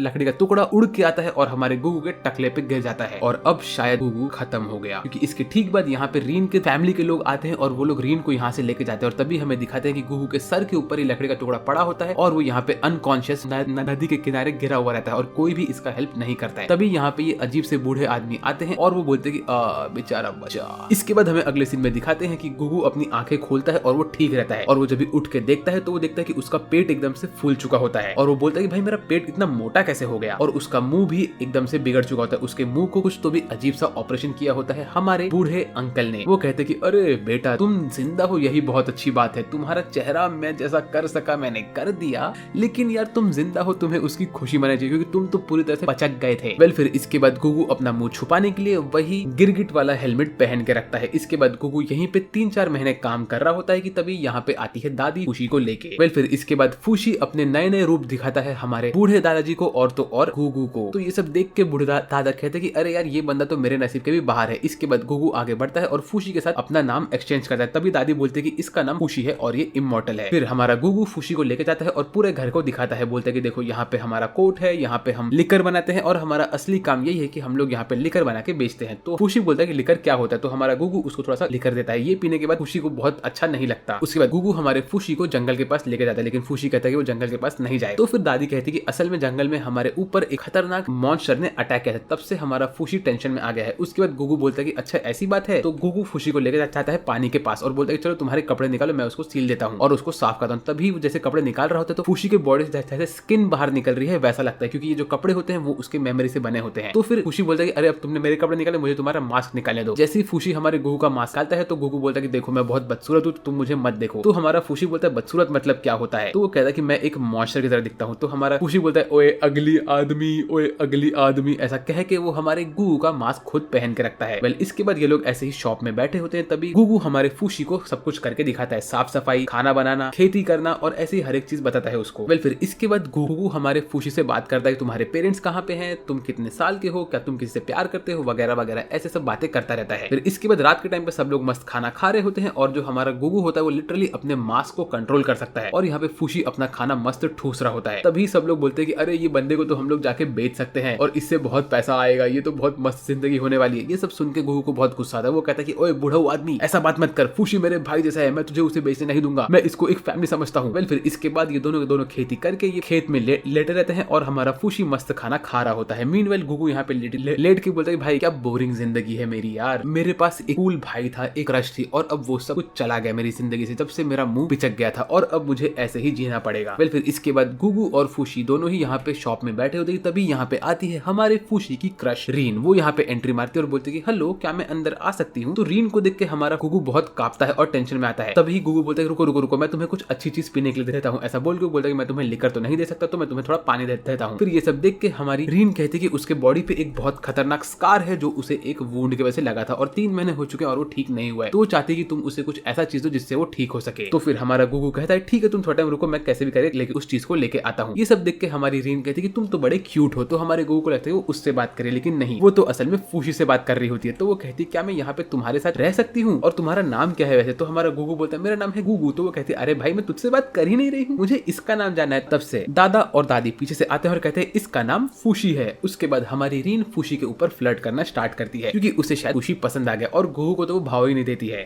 ये सब देख के हमारा गुगू फूशी को अंदर वाले रूम में लेके जाता है, और ये सब देख के रीन कहती है अरे तुम कर क्या रहे हो, उसे जल्दी बाहर लेके आओ। फिर उसके बाद हमारा गुगू कहता है कि अरे ये तो छोटे बच्चे जैसा, ये खुद के कपड़े भी नहीं निकाल सकता। तो हमारी रीन कहती है तुम टेंशन मत लो, उसके कपड़ों का ध्यान मैं रख लूंगी। ये सब चीज से हमारे गुगू का दिल बहुत टूटता है और वो अंदर जाके एक रूम में रो रहा होता है। तभी बुढ़ऊ आदमी यहाँ पे आता है और बोलते तुम इतना टेंशन मत लो यार। इसके बाद हमें दिखाता है कि बुढ़ऊ आदमी उससे कहता है कि तुम अपने आप को थोड़ा स्ट्रॉन्ग बनाओ, क्या पता तुम्हारी बॉडी अच्छी हो गई तो वो रीन तुमसे प्यार करेगी। तो ये सब देख के हमारा गुगू भाग के जाता है, पुशअप्स करता है, पुलअप्स मारता है, चिनअप्स मारता है, और वो पूरा प्रैक्टिस कर रहा होता है। तो उसके बगल में आके हमारा फूशी भी ये सब करता है। तो गुगू उसको लात मार के बोलता है तू ऐसा मत कर साले, अगर तूने तेरी बॉडी बनाई तो वो तुझसे सेट हो जाएगी, मुझे बॉडी बनाना है। फिर ये सब चीज देख के दादा दादी और तो और फूशी तीनों लोग मिलकर गुगू के ऊपर हंसते हैं। फिर इसके बाद हमें अगले सीन में दिखाते हैं कि रीन यहाँ पे आती है और कहती है इन सब से कि वो यहाँ पे अब से काम करना शुरू करने वाली है और इन लोग के साथ रहेगी। तो खाना खाते हुए हमारा गिरगिट वाला बंदा बुढ़ऊ आदमी से कहता है कि क्या ये सही बात है कि तुम्हें उसे रहना देना चाहिए यहाँ पे? तो बुढ़ऊ आदमी कहते हैं कि ऑफ कोर्स यहाँ पे बहुत सारे रूम है, क्या तुम्हें कोई दिक्कत है? तो हमारा बच्चा कहता है नहीं नहीं मुझे कोई दिक्कत नहीं है। इसके बाद वो रात में बर्तन धोता है और बोलता है कि देखो तुम कोई और चीज क्रिएट कर सकते हो क्या फूशी? तो हमारा फूशी अपने हाथ से एक स्पीयर निकालता है, जो देख के हमारा गिरगिट वाला बंदा थोड़ा शॉक होता है, बोलता है तुम और क्या क्या बना सकते हो? ऐसा बोल के वो बोलता है कि क्या तुम एक बॉल बना सकते हो? तो फूशी कहता है नहीं यार ये मुझसे नहीं होगा। तो उसके बाद वो फूशी के हाथ को एक चाकू से काटता है, तो फूशी वो चाकू भी क्रिएट करता है। तो ये देख के हमारा कमेलियन कहता है कि इसका ये मतलब है कि तुम वो चीज क्रिएट कर सकते हो जो चीज तुम्हें तकलीफ देता है। ऐसा बोल के वो फूशी के हाथ को जलाता है, लेकिन इस वक्त फूशी आग नहीं बना पाता, वो सिर्फ लकड़ी बनाता है। तो ये बोलते अरे तुम तो सिर्फ लकड़ी बना रहे हो, तुम आग नहीं बना पा रहे हो। ये थोड़ा टाइम पास वाली चीज हो गई यार। बट फूशी को इस चीज से बहुत दर्द होता है और फूशी हमारे इस बच्चे की बात नहीं सुनता है और वो दुखी होकर यहाँ से निकलता है। फिर रात के टाइम पे वो ऐसे ही जंगल में घूम रहा होता है और हर एक एरिया को देख रहा होता है। मीनवेल हमें दिखाते हैं कि अगले दिन हमारी रीन यहाँ पे आती है काम करने के लिए और वो बोलती है कि फूशी कहाँ पे गया? तो हमारा ये गिरगिट वाला बंदा कहता है कि फूशी पता नहीं कहाँ पे गया, लेकिन वो कुछ टाइम में आ जाएगा, तुम टेंशन मत लो। इसके बाद गिरगिट जाता है और हमारे बुढ़ऊ आदमी से बोलता है कि क्या तुम मुझे कोई दवा दे सकते हो जिससे ये लड़की का घाव ठीक हो जाए? तो बुढ़ऊ आदमी हमारे इस लड़के का मुंह खोलता है और उसके मुंह में से एक ढक्कन बाहर निकाल के एक पाइप उसके मुंह के अंदर डालता है। फिर इसके बाद वो उस पाइप को दबा दबा के उसके अंदर से एक जूस बाहर निकालता है और बोलता है कि तुम ये जूस रीन के वुंड पे रब करो, वो ठीक हो जाएगी। तो हमारा ये बच्चा बोलता है तुमने मेरे बॉडी में से ये क्या चीज निकाला? तो ये कहता है तुम्हारे बॉडी के अंदर मैंने एक खतरनाक लिकर को रखा हुआ है, जिसके ऊपर मैं एक्सपेरिमेंट कर रहा था कि अगर मैंने किसी लिकर को फर्मेंट होने के लिए एक ह्यूमन बॉडी के अंदर रखा तो उसका क्या असर होगा, और तुम्हारी बॉडी सबसे परफेक्ट लिकर बनाती है। ये सुन के हमारे बच्चे को बहुत बुरा लगता है और वो यहाँ से गुस्से में निकल लेता है और वो किसी से बात भी नहीं करता। मीनवेल हमें दिखाते हैं कि हमारा हीरो खुशी यहाँ पे डॉग वाले फॉर्म में सो रहा होता है। तो जो हमारी छोटी बच्ची रीन होती है वो मिस्टर बुढ़ऊ आदमी के ऊपर भड़कते हुए बोले तुमने बहुत गलत काम किया, तुमने उसके पेट के अंदर लिकर को स्टोर करके रखा। तो इससे हमको ये मालूम पड़ता है कि हमारे बच्चे का पेट इतना अचानक से फूल कैसे गया था, क्योंकि उसके पेट के अंदर बुढ़ऊ आदमी ने लिकर स्टोर करके रखा था। ये क्या हो रहा है यार, तूने किसी बच्चे के अंदर दारू कैसे स्टोर किया, कैसे? और भाई बुढ़ऊ आदमी तुम्हारे टकले के ऊपर ये 2 बॉल जैसी चीज क्या है? मैं कब से इसको इग्नोर करने की कोशिश कर रहा हूं, लेकिन मैं इग्नोर नहीं कर पा रहा अभी इसे। फिर इसके बाद यहाँ पे फूशी आता है और हमारी छोटी बच्ची फूशी को हर एक चीज बताती है। तभी फूशी बोलता है कि नहीं मैं उस बच्चे को लेने के लिए नहीं जाऊंगा, क्योंकि मुझे उससे बात नहीं करना, उसका और मेरा झगड़ा हो चुका है। फिर इसके बाद यहाँ पे फूशी खाना बनाने की कोशिश करता है, लेकिन इसको कुछ बनाने आता ही नहीं है। ये एक मूली को 2 टुकड़े में काट के उसी को पका के सबको देता है, जो खा के सब लोग बोलते हैं भाई ये तो बहुत बेकार है, हम लोग नहीं खा सकते। फिर ये लोग कहते हैं काश यहाँ पे गुगू वापस से आ जाए तो हम लोग वापस से खाना खा पाएंगे। मीनवेल हमारा हीरो गुगू यहाँ पे निकल रहा होता है अपने रास्ते में, वो अपना मास्क निकाल के खुद के पेट पे मार मार के सब जूस बाहर निकाल रहा होता है, लेकिन वो ऐसा नहीं कर पाता है। उतने में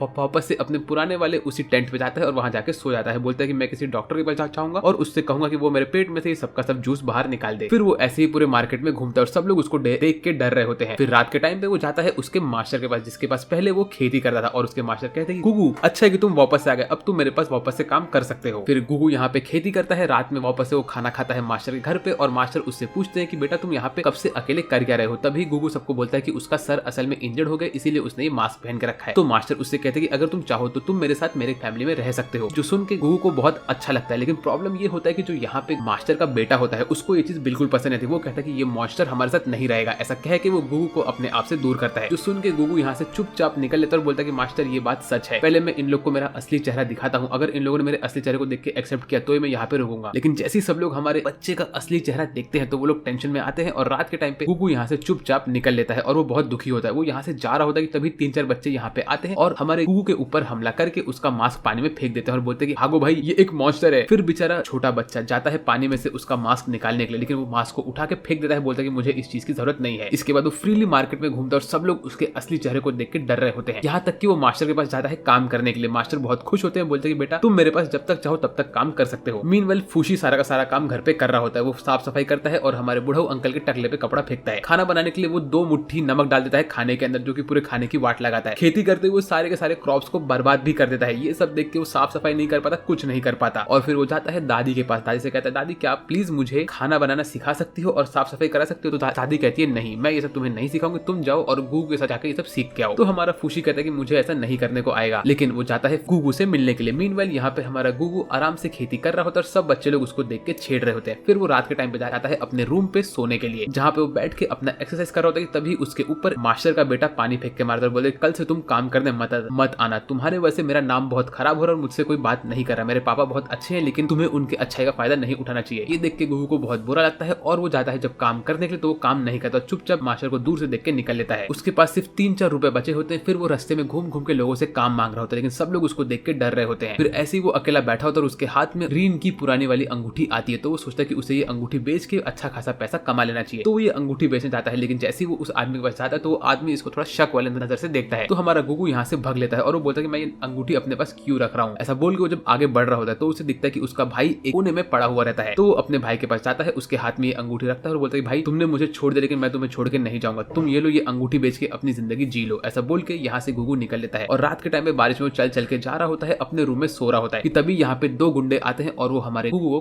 किडनैप करते हैं और कहते हैं कि हम लोग इसे एक सर्कस में बेच देंगे और हमें बहुत पैसा मिलेगा। ऐसा बोल के क्या लोग यहाँ से निकलते हैं, लेकिन तभी यहाँ पे एंट्री होती है फूशी की। फूशी अपने डॉग फॉर्म में आता है और इन लोग को धक्का मार के रोकता है। उसके बाद फूशी अपने आप को बेयर फॉर्म में कन्वर्ट करता है और इन लोग को मार के यहाँ से भगाता है। तब गुगू बाहर निकलता है और फूशी को देख के थैंक यू बोलता है थैंक यू सो मच, तुमने मेरी जान बचा ली। तभी वो कहता है कि तुम टेंशन मत लो, मुझे और तुम्हें एक साथ मिलकर ग्रो अप होना है। वेल इसके बाद हमारा गुगू फूशी का हाथ पकड़ के मस्त डांस करता है। वेल फिर इसके बाद हमें दिखाते हैं कि गुगू और फूशी ये दोनों साथ में उसी टेंट में रहते हैं, मस्ती मजाक करते हैं, पूरे गाँव में घूमते हैं और हमारा गुगू बगैर हेलमेट के घूम रहा होता है। लेकिन एक दिन ऐसी उसकी तबीयत खराब होती है क्योंकि उसे बहुत टाइम से कुछ खाने के लिए नहीं मिला होता है। तो हमारा फूशी अपना दिमाग लगा के अपने स्टिमुलस को एक्टिवेट करता है और यहाँ पे फ्रूट डिश मीट हर एक चीज लेके आता है और हमारा गुगू इन सबको आराम से खाता है और वो ठीक हो जाता है। उसके बाद यहाँ पे आता है वही डॉग जो हमारी रीन का डॉग होता है। वेल डॉग के यहाँ पे आने के बाद ये लोग थोड़ा बहुत बात करते हैं और तभी गुगू हमारे फूशी को बताता है कि डाई का मतलब क्या होता है। वो बोलता है कि किसी के मरने का मतलब ये होता है कि वो बंदा वापस इस दुनिया में कभी नहीं आएगा और वो हिलना डुलना बंद कर देता है। और ऐसी पहले फूशी की और जो कि हमारा गुगू है उसकी एक फैमिली थी, वो उस फैमिली के साथ आराम से रहता था, उनके साथ खाना खाता था, खेलता था, कूदता था। इसकी 2 बहनें थी, एक डैड एक मॉम थी और इसका भाई था। एक दिन जब इसकी मॉम ने इनकी बहनों को खाना खाने के लिए बुलाया तब इसके भाई ने इसको रोक दिया। उसे कुछ समय बाद इसकी पूरी फैमिली यहाँ से निकल गई और सिर्फ इसका भाई और ये अकेला वहाँ पे रह गए थे। तभी इसके भाई ने इसको बताया कि असल में वो इनकी फैमिली नहीं थी और ये लोग वहाँ पे सिर्फ स्लेव की तरह काम करते थे, वो इसके डैड और मॉम नहीं थे। वेल इसके बाद हमारा गुगू यहाँ पे आराम से सोता है और अपने फैमिली के बारे में सोच रहा होता है। वेल उसके कुछ समय बाद यहाँ पे आती है रीन अपने डॉग को लेके और कहती है कि गुगू तुम यहाँ पे हो, मैं तुम्हें कब से ढूंढ रही थी। लेकिन तभी गुगू यहाँ पे फटाक से उठता है और अपना मुंह छुपाता है, बोलता है कि तुम मेरा असली चेहरा मत देखो। तभी मैंने एक चीज नोटिस है कि रीन के पीठ पे एक मास्क होता है जो कि एक मटके की तरह दिख रहा होता है। वो हमारे गुगू से बहुत कोशिश करते कि गुगू उसे अपना चेहरा दिखाए, लेकिन हमारा गुगू बिल्कुल भी नहीं हिलता, वो इसे अपना चेहरा दिखाता ही नहीं है। वेल इसके बाद वो कहती है कि देखो गुगू तुमसे सब लोग बहुत प्यार करते हैं और मैं भी तुमसे बहुत प्यार करती हूँ। असल में इससे ऐसा इसीलिए कह रही होती ताकि इसे खाना बनाने की जरूरत न पड़े, क्योंकि इसका खुद का खाना न दादा को न दादी को पसंद आता है, इसीलिए चाहती है कि गुगू यहाँ पे वापस से आ जाए और सबके लिए खाना बनाए। फिर वो कहते हैं कि तुमने तुम्हारा मास्क कहाँ पे रखा है। तो हमारा गुगू कहता है कि उसने उसका मास्क फेंक दिया और वो अपना असली चेहरा इसको नहीं दिखाएगा। तो हमारी रीन बोलती है कि नहीं तुम मुझे तुम्हारा असली चेहरा दिखाओ। ऐसा करके वो हमारे गुगू के ऊपर से उसका कपड़ा निकालती है, लेकिन गुगू वापस से अपना मुंह छुपा के इस पेड़ के पीछे छुपा रहता है और वो अपना चेहरा दिखाता ही नहीं है। फिर रीन कहती कहती है ठीक है तुम मुझे तुम्हारा चेहरा मत दिखाओ, लेकिन तुम मेरे कम से कम घर पे तो चलो। तो तभी ही हमारा खुशी यहाँ पे आके बोलता है गुगू मैंने नोटिस है कि जब भी तुम रीन से बात करते हो तब तुम्हारा दिल बहुत जोर जोर से धड़कता है, इसका मतलब क्या है। तो हमारा गुगू एकदम से शर्माता है और इसके बाद हमारा खुशी बोलता है तुम मुझे ये बताओ कि तुमने तुम्हारा मास्क कहाँ पे गिराया था। तो वो जाता है मास्क को ढूंढने के लिए और यहाँ पे गुगू और रीन अकेले रह जाते हैं। तो रीन बोलती है गुगू देखो मैं तुम्हें मेरा स्कार दिखाती हूँ। ऐसा बोल के वो अपना शर्ट उतारती है और हमारे गुगू को अपना हल्का सा चोट दिखाती है जो कि एक छोटी सी खरोच होती है। ये देख के गुगू बोलता है वाह बहन तुझे तो कुछ लगा भी नहीं है। ऐसा बोल के वो हमारी रीन को थोड़ा गुस्सा देता है। तो रीन हमारे गुगू के पास जाती है और कहती है कि तुम्हें कुछ पता नहीं कि मुझे कितना दर्द हुआ वगैरह वगैरह। ऐसा करके वो वापस से हमारे हीरो को खींच रही होती है और बोलती है तुम मुझे तुम्हारा चेहरा दिखाओ। ऐसा बोल के वो अपने मॉम डैड के बारे में ड्रामा स्टार्ट करती है। बोलती है मेरे मॉम डैड मुझे बिल्कुल भी जीने नहीं देते, उन लोगों ने मुझे एक ऐसी जिंदगी दी है जहाँ पे हर एक चीज मुझे उनके हिसाब से करनी पड़ती है। वो जब बोलते हैं तब मैं खाती हूँ, जब बोलते हैं तब मैं पीती हूँ, जो कपड़ा पहनना है वो पहनती हूँ और पूरा टाइम वो लोग मेरे साथ एक मेड को रखते हैं जो मेरा पूरा टाइम ध्यान देती रहती है, मेरी जिंदगी है ही नहीं। ऐसा करके ही कंप्लेन कर रही होती है। वो कहती है पूरा टाइम एक मेड उसके साथ ही रहती है, इसीलिए वो गुस्से में अपने घर को छोड़ के भाग गई। ये सुन के हमारा गुगू कहता है कि तुम्हारी जिंदगी बहुत अच्छी है, तुम्हारे पेरेंट्स तुम्हारा कितना ध्यान देते हैं और तुम उनको छोड़ के निकल गई। ये कहती है कि हाँ तुम्हें नहीं पता कि असली तकलीफ क्या होती है। इसी बीच में इन दोनों के बीच में झगड़ा होता है और इसमें हमारा गुगू रोने लगता है। तो उसके बाद रीन बोलती है कि क्या मैंने कुछ गलत कहा। ऐसा बोल के वो अपने डॉग के सामने अजीब सा चेहरा बनाती है। फिर ऐसे ही कुछ टाइम और बीतता है और हमारा गुगू कहता है कि क्या तुम मुझे हेट करती हो। तो ये कहती है नहीं ऐसा नहीं है। फिर वो हमारे गुगू से पूछते कि तुम्हारे चेहरे को असल में हुआ क्या। तो हमारा गुगू कहता है कि मैं तुम्हें बता नहीं सकता, अगर मैं तुम्हें बताया तो तुम मुझे हेट करना स्टार्ट कर दोगी। वेल इसके बाद वो कहती है अरे मैं भूल गई, मैं तुम्हारे लिए असल में ये मास्क लाई थी। ऐसा बोल के वो हमारे गुगू को एक ये मटका देती है और हमारा गुगू ये मटका पहन के रीन के साथ बाहर खड़ा होता है, जहाँ पे बाहर ये लोग खड़े होकर थोड़ी बहुत बातें करते हैं और रीन कहती है कि तुम जितना टाइम चाहिए तुम उतना टाइम तुम्हारे पास रखो और अगर तुम मुझे तुम्हारा असली चेहरा दिखाओगे तो मैं कभी तुम्हें हेट नहीं करूंगी, तुम मेरे लिए हमेशा मेरे गुगू हो और मुझे तुम अभी भी अच्छे लगते हो मेरे दोस्त की तरह। फिर ये सब सुन के हमारा गुगू बहुत खुश होता है और ये लोग यहाँ से खुशी खुशी निकलते हैं। मीनवाइल फूशी यहाँ पे रात भर बैठ के मास्क ढूंढ रहा होता है। जैसे ही उसको रात में मास्क मिलता है तो उसके सामने गॉड आता है और गॉड आके उससे कहता है कि तू क्या कर रहा है, एनिमी हमारे बहुत करीब है और तू यहाँ पे टाइम पास कर रहा है, तुझे पटाख से रेडी होना पड़ेगा और इन लोग को छोड़ के यहाँ से निकलना पड़ेगा। मीनवाइल यहाँ पे गुगू और रीन मार्केट के थ्रू चल के जा रहे होते कि उतने में एक आदमी रीन को पकड़ता है और पकड़ के लेके भागता है। तभी रीन कहती है अरे ये तो मेरे डैड का एक सर्वेंट है जो मुझे वापस से मेरे घर लेके चल रहा है, प्लीज मुझे बचाओ। तो ये सुन के हमारा गुगू फटाक से इस सर्वेंट को एक लात मारता है, रीन का हाथ पकड़ता है और यहाँ से भागने लगता है रीन को लेके। रीन इस सीन में बहुत खुश होती है और ऐसे ये लोग भाग भाग के वापस से नदी के पास पहुंचते हैं, जहाँ पे गुगू उससे कहता है कि अच्छा तो तुम तुम्हारे पेरेंट्स से बचने के लिए मास्क पहन के घूम रही थी है ना। ऐसा बोल के वो ये मास्क रीन को वापस से देता है और ये लोग अपनी जर्नी पे निकलने के लिए रेडी होते हैं। फिर ये लोग थोड़ा टाइम यहाँ पे बैठ के बातें करते हैं कि उतने में यहाँ पे फूशी आता है और वो हमारे गुगू का मास्क लेके आता है। तो गुगू अपना गिरगिट वाला मास्क पहन के यहाँ पे खड़ा होता है। रीन और बाकी सब दोनों लोगों ने मास्क पहन के खड़े होते हैं और तभी रीन कहती है कि तुम वापस से बूढ़े आदमी के पास चलो, वो तुम्हारे पेट से सारा का सारा जूस निकाल देगा। तो वो कहता है नहीं मैं उसके पास नहीं जाऊंगा, लेकिन ठीक है मैं कुछ टाइम के तुम्हारे साथ रहूंगा। इसके बाद ये लोग अपने रास्ते पे चल रहे होते हैं कि उतने में यहाँ पे रीन की एक मेड आती है और वो कहती है कि मैम आप चलिए मेरे साथ, मैं आपको पहचान गई हूँ। ऐसा बोल के वो रीन को यहाँ से लेके जा रही होती है। तो उतने में गुगू रीन का हाथ पकड़ता है और वो यहाँ से भागने लगता है फूशी के साथ। ये लोग यहाँ से भाग रहे होते हैं कि उतने में इनकी मेड इनका पीछा कर रही होती है। तो फूशी बोलता है कि रुको मेरे पास एक आइडिया है। ऐसा बोल के वो अपने आप को मार्च में कन्वर्ट करता है और वो इस मेड के ऊपर कूद के धक्का खा के नीचे गिरता है और रीन और गुगू इस मौके का फायदा उठा के यहाँ से निकलते हैं, क्योंकि हमारा जो हीरो होता है वो यहाँ पे दिमाग लगाता है और वो ऐसा करता है कि मार्च के बॉडी से खून निकल रहा है, जो देख के ये मेड उसको डॉक्टर के पास लेके भागती है। ये लोग यहाँ से भाग रहे होते हैं कि इतने में यहाँ पे एनिमी आता है जो कि ये प्लांट बॉय होता है और वो यहाँ पे आके हमारे मार्च का हाथ पकड़ के उसको यहाँ से गायब कर लेता है। तो मेड चिल्लाती है, बोलती प्लीज कोई हमें बचाओ, यहाँ पे एक मॉन्स्टर आ गया है। तो गुगू बोलता है कि रीन तुम यहाँ से भागो, मैं जाता हूँ देखने के लिए खुशी के साथ क्या हुआ है। ऐसा बोल के हमारा हीरो यहाँ से भागता है, लेकिन उसका पैर खून पे पड़ता है और वो देखता है कि हमारा खुशी यहाँ पे बेहोश होकर गिरा होता है और उसके अंदर से सारा का सारा उसका एनर्जी पेड़ में घुस रहा होता है। तभी वो देखता है कि पेड़ में